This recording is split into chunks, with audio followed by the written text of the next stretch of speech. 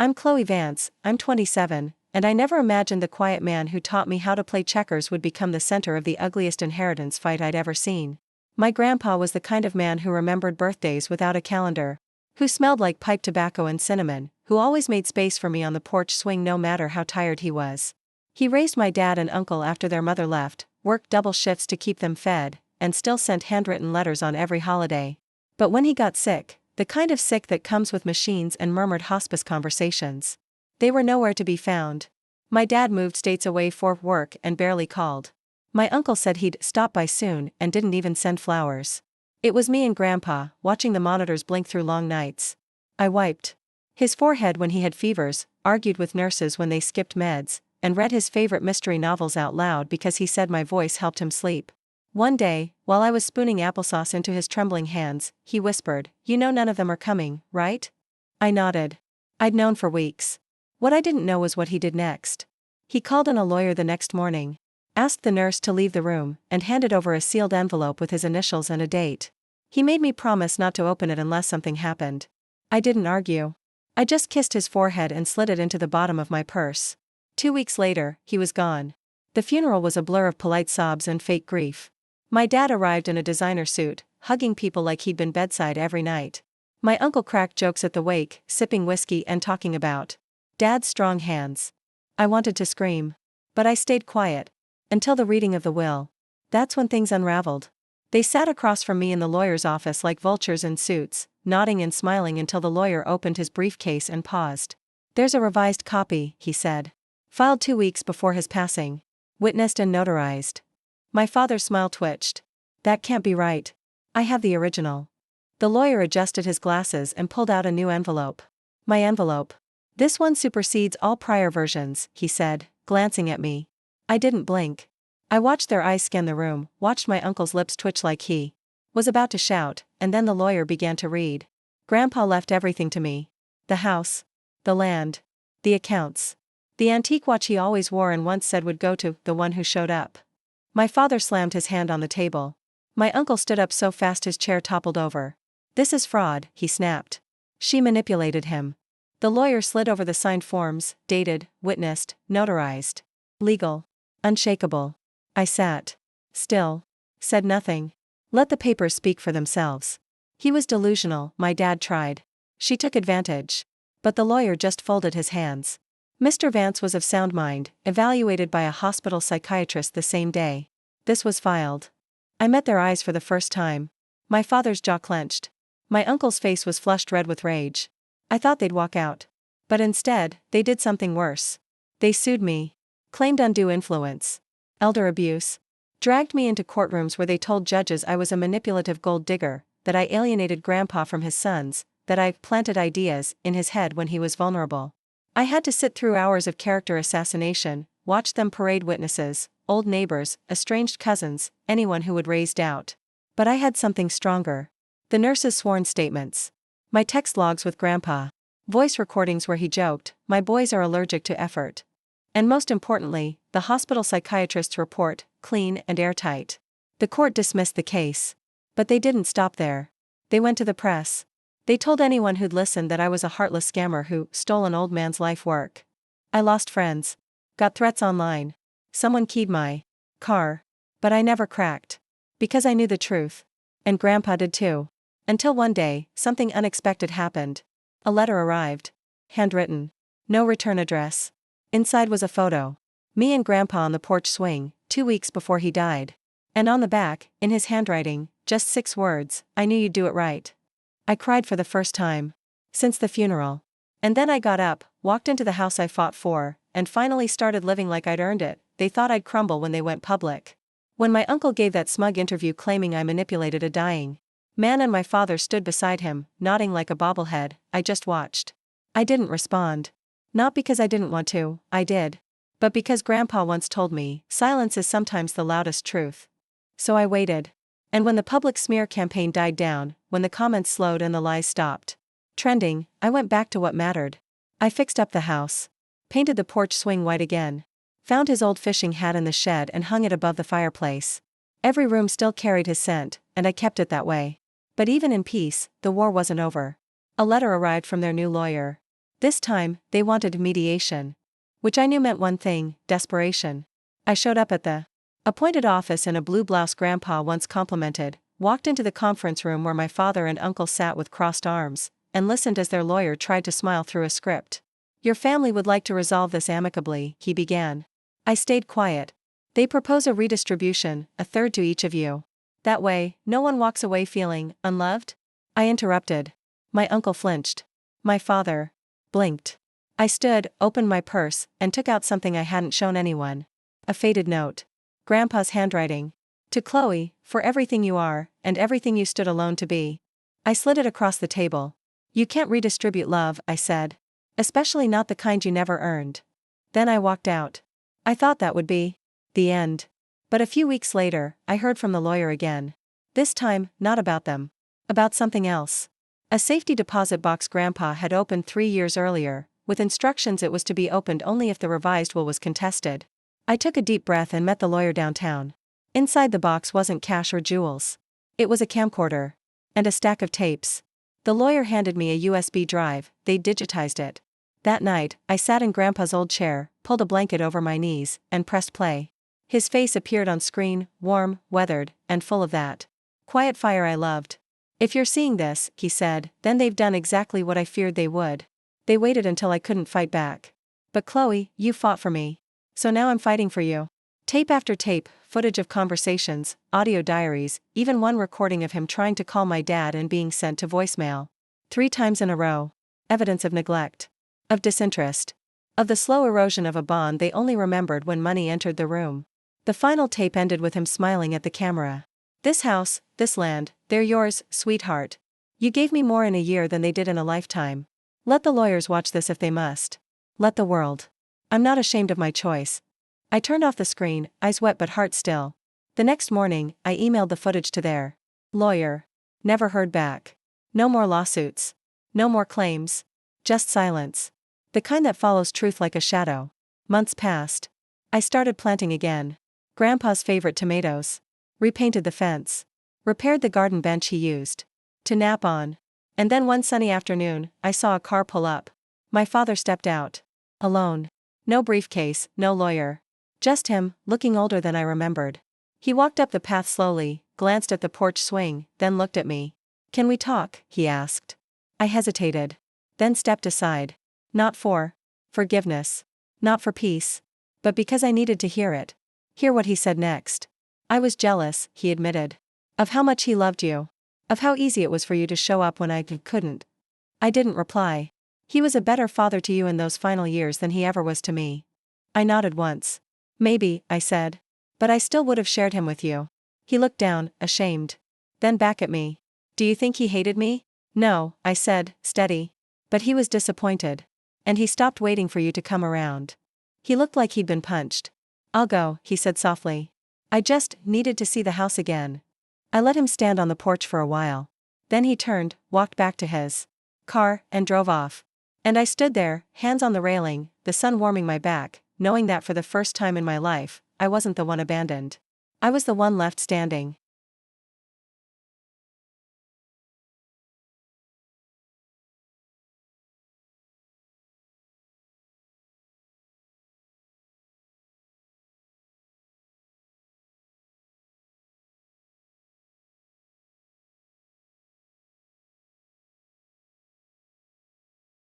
After the lawsuit ended and the tape silenced them, I thought I could finally breathe, but I was wrong.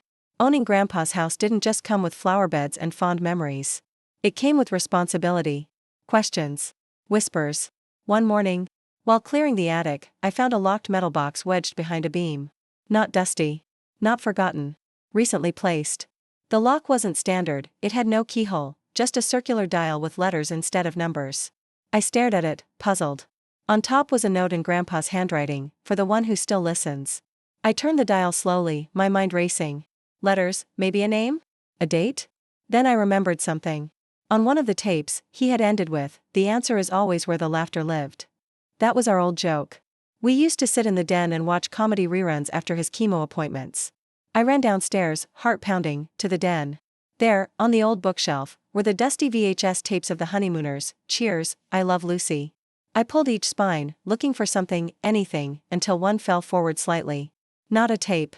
A fake case. Inside, a folded napkin from our favorite diner and 3 words written in marker. Jokes on them. I ran back to the attic and turned the dial to match, JOKESONTHEM. A soft click. It opened. Inside the box wasn't money.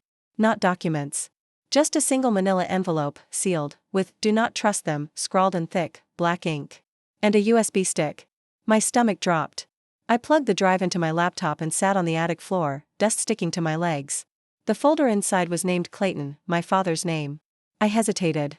Then opened it. Dozens of scans, old checks Grandpa had written to my father, totaling over $100,000 across 2 decades. All labeled, repayment. One note read, "You said you'd pay it back once the business succeeded. But there was never a business, was there?" Then audio files. Grandpa's voice again. I gave him more than money. I gave him second chances. Third chances. But he chose lies every time. There were recordings of voicemails. Begging, angry. Then manipulative, "If you don't help me again, you'll regret it. You owe me, old man." My throat closed. This wasn't just about inheritance anymore. It was about a pattern I never saw. And my father knew this box existed. That's why he was here. That's why he left without saying much. I'd bet anything. He thought I'd never find it, or that I wouldn't understand what I was looking at. But I did. And now I couldn't unknow it. That night, I sat outside on the porch swing, the air warm and heavy, laptop in hand.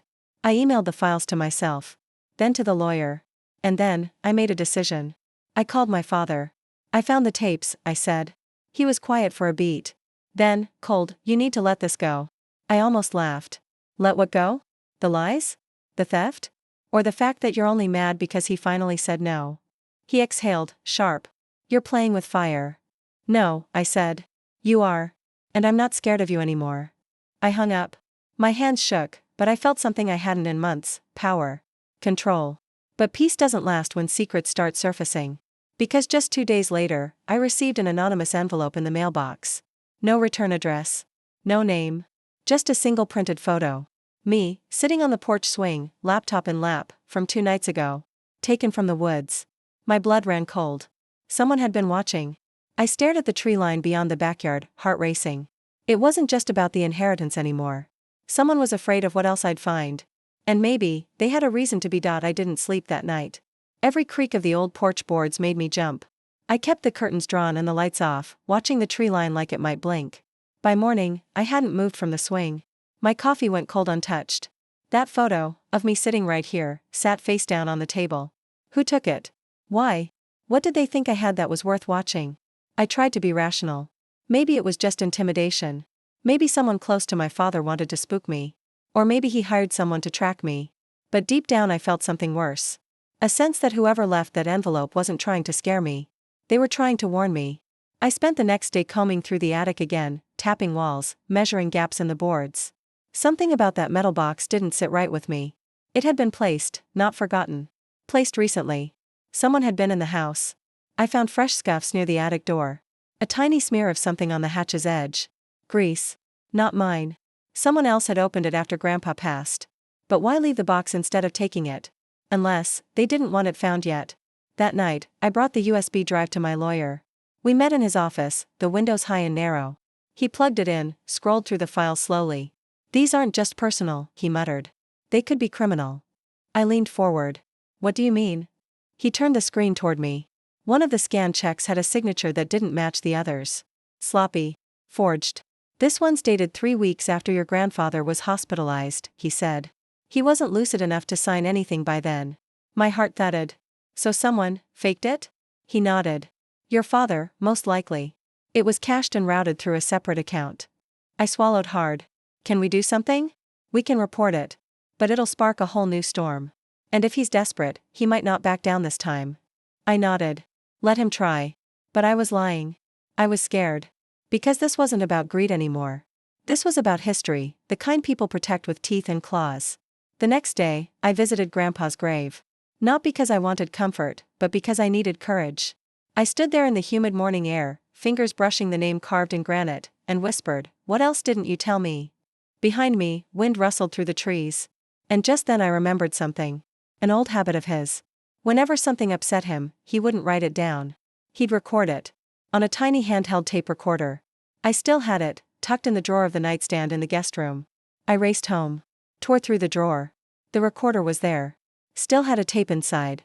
My fingers trembled as I pressed play. Static. A click. Then his voice. If anything happens to me, and you're hearing this, it means Clayton didn't stop. I hoped he would. I hoped the first time would be enough. But it never is.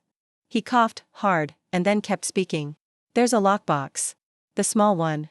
It's not the only thing. There's another. In the barn. Under the third stall floorboard. My blood turned cold. The barn had been boarded up for years, since before I was in high school. I hadn't been in there in a decade. I paused the tape and grabbed my keys. The barn sat at the edge of the property, slumped and weathered, its doors chained but unlocked. I pushed them open and stepped into the thick, stale air. Dust and old hay covered the floor. I counted stalls. 1, 2, 3. The third one was mostly empty except for a rusted rake and a few broken crates. I knelt and ran my hands along the boards. One near the center was loose. I pried it up. Underneath, wrapped in an old towel, was a smaller wooden box, no lock, just sealed with wax. I carried it inside, hard in my throat. At the kitchen table, I peeled the wax and opened the lid. Inside were 3 things: a photo of Grandpa and a woman I didn't recognize, smiling, arms around each other, a newspaper clipping with the headline, "Local farmer involved in land dispute, accusations of fraud," and a birth certificate. My hands shook as I read it. Not my father's name. Not my uncle's. A third name I'd never seen. Another son. One I'd never heard of. My grandfather had another child. And somehow, that was the piece they didn't want me to find out. I stared at the birth certificate like it might vanish if I blinked too hard. A third name. A hidden son. It explained too much, and raised even more. Why was this kept secret? Did my father and uncle know? Or had they spent their lives fighting over a legacy that was never meant to be theirs alone? The woman in the photo with Grandpa, she looked happy. Not like a fling or a stranger. Like family. I turned the photo over. Faded ink on the back, with Anna and Theo, July 1978. Theo. The hidden son. I spent the next day combing through county records. No Theo Vance. No birth under Grandpa's last name. But when I cross-checked Anna's name with the year, one match popped up: Theodore James Whitmore. Born July 9, 1978. Mother, Anna Whitmore. No father listed. I sat back, heart pounding. Grandpa had another child, and never claimed him publicly. But why? Fear? Shame? Or something darker? Maybe Theo didn't want to be found. Or maybe he was the one who had been watching me. That photo on the porch, taken from the woods. Whoever took it knew what I was about to find. Maybe he'd been waiting for it. Maybe this wasn't about protecting Grandpa's legacy, maybe this was about reclaiming his own. And that's when I heard it. A soft knock at the front door. Slow. Deliberate. I rose, cautious, peeking through the side glass. A man stood there. Mid-40s, worn denim shirt, sun-darkened skin. Eyes just like Grandpa's. And in his hand, the photo of him and Anna. The same one I'd found. He looked up, met my gaze through the glass. Didn't smile. Didn't wave. Just said, softly, "We need to talk."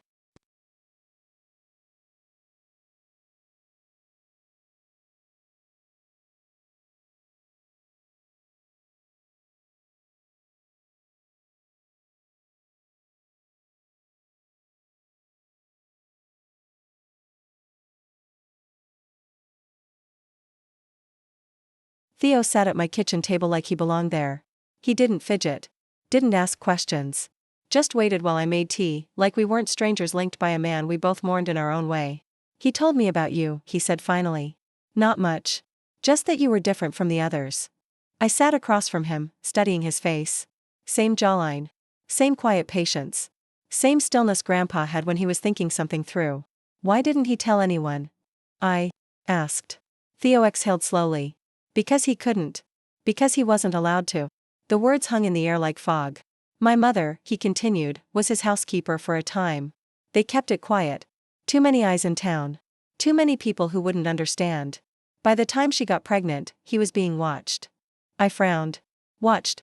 Theo nodded. "By your father. Your uncle. They didn't like how close we were. When I was little, he used to take me out to the barn. Teach me about the land. The crops. Said someday it would all make sense." I remembered the tools in the barn. The way everything had a place. A rhythm. I'd always thought it was just Grandpa's habit. But maybe it was more. "Why now?" I asked. "Why come back?" Theo looked me in the eye. "Because I saw your name in the paper." the lawsuit, the will. And I knew they wouldn't stop. I thought maybe, just maybe, he left something behind for you. And for me. He reached into his jacket and pulled out another photo. Grandpa, smiling with a toddler in his lap. Theo. He called. Me his second chance, he said softly. But when I turned 10, the visits stopped. My mother said it was to protect us. But I never really believed that. I did the math in my head. That would have been around the time my dad started managing Grandpa's finances. Coincidence? Not anymore. I think they knew, I said quietly. And I think they were afraid. Theo nodded. Afraid he'd split everything 3 ways. I shook my head. No. Afraid he'd stop giving them chances.